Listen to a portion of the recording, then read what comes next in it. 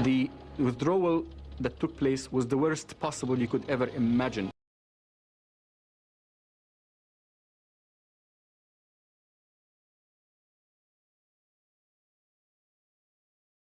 If you brought a military commander and asked him to put the worst possible withdrawal plan, nothing could have been worse than this. During the retreat across the Sinai, the Egyptians suffered thousands of casualties and lost hundreds of tanks. The damage was... Hey Dave, can you explain this real quick? Because I'm getting reports of mass yarmulke twisting and whatnot. Nobody died and nobody got hurt in what's called the 6-Day War. That's a fact. All the other wars I've talked about, proven fact.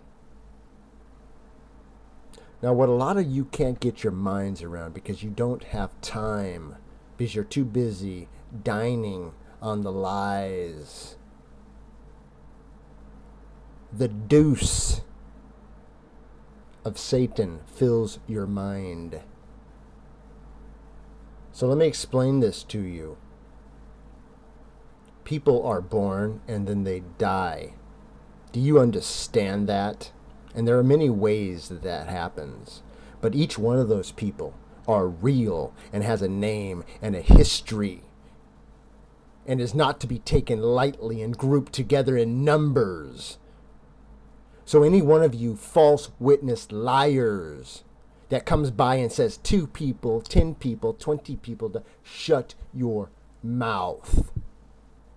Give the name, the age, and a brief description of the life that you claimed no longer is. And then you give proper respect and a way to verify your witness of death. Do I make myself clear?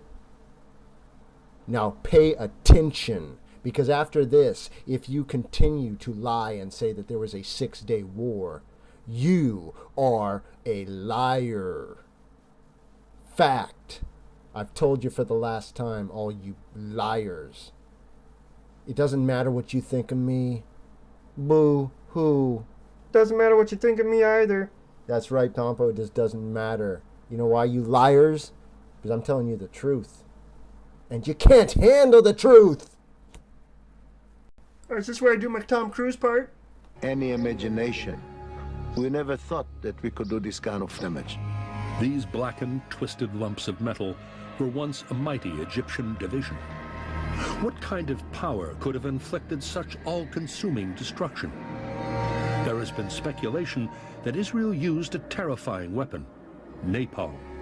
Napalm has begun coming into Allied headquarters of a large Iraqi convoy far to the east. The convoy was reported to be on the highway leading... Let's fast forward to Iraq. Nice 7 in the sand. The line in the sand. Under the clouds.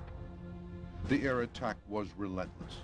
Bombs were dropped on the front and rear of the procession, trapping... Now what you're going to have to do when you watch these videos is notice that there's nothing there, man. But because of the reflections, it's a big hoax. You're being shown CGI at best. I was able to still see. And in fact, I'm going to slow down several points to where you can't help but notice that you're being goofed on.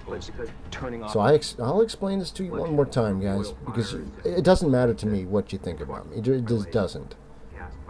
You hating me doesn't make any of these people dead by war. And I love that. I love the fact that I can torture you deathmongers with life. And you can't do nothing about it because you're so corrupt and wicked.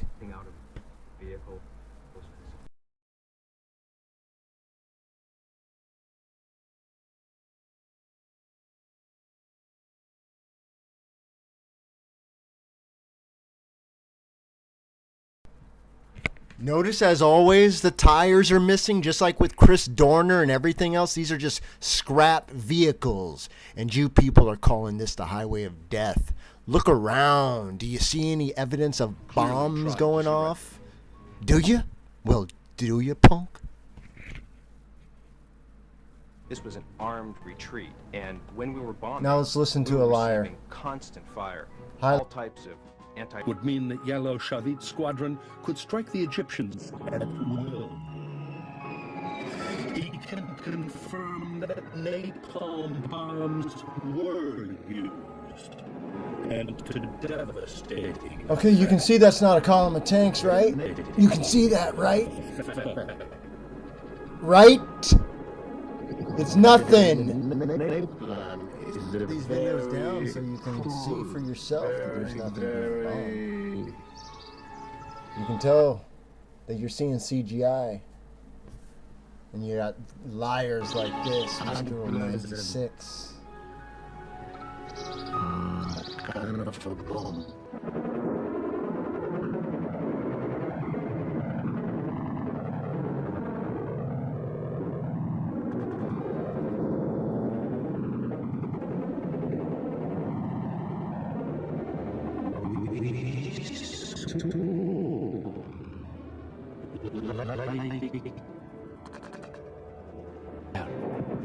Essam Taraz was one of the Egyptian soldiers on the ground who witnessed the terrifying napalm attack. All the sky was red color. Black and red. It is very difficult to explain. You go over the target, and then you feel the wow of the fire that came up.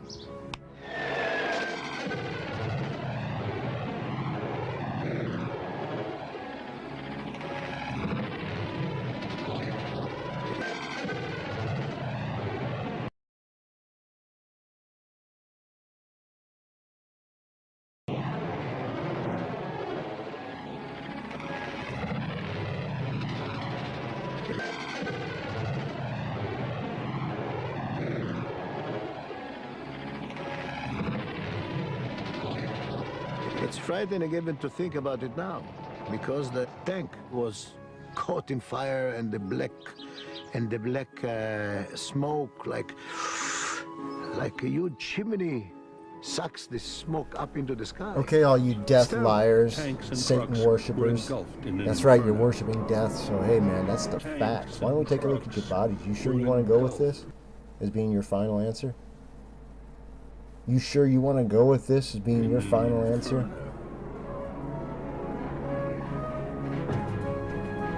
How do you get up? How do you do that? You get up and you just witness to This is death film of the horrific aftermath of because the you just napalm airstrike. saw something It at has some never been point and you screened didn't actually before. look to make sure you knew what you were talking about. Yet for the Egyptians, the nightmare of their Sinai retreat. How did many not of you yet actually looked?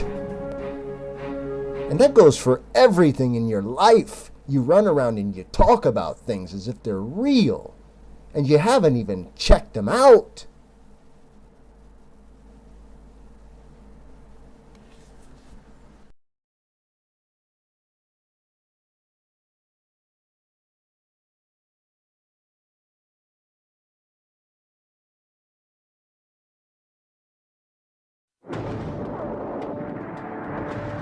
Wednesday, June 7th, 1967. The Six-Day War was barely 2 days old, and the Egyptian army was disintegrating in the Sinai Desert. Yet even in the searing heat of early June, the Israeli advance showed no sign of letting up. How could two armies, both used to such conditions, perform so differently?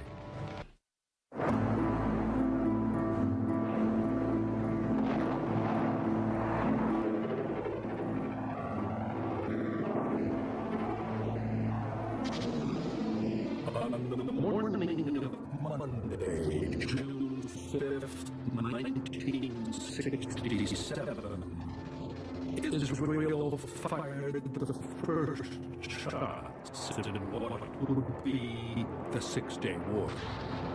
Egypt was hit by a massive preemptive airstrike. Squadrons of Israeli jet fighters swooped down on Egyptian air bases. Each one in the formation knew exactly where to aim and where the bombs should hit. And luckily enough, this 5th of June, there was no wind whatsoever. So wherever you aimed, the bombs went this way. We had to pull the airplane up in order to gain altitude around 8 to 9,000 feet. And then we dived over the target and released the bombs. The first target for Sever's Mirage fighter jet was Bir Tamata Airfield in the Sinai. Per aircraft per 24 hours.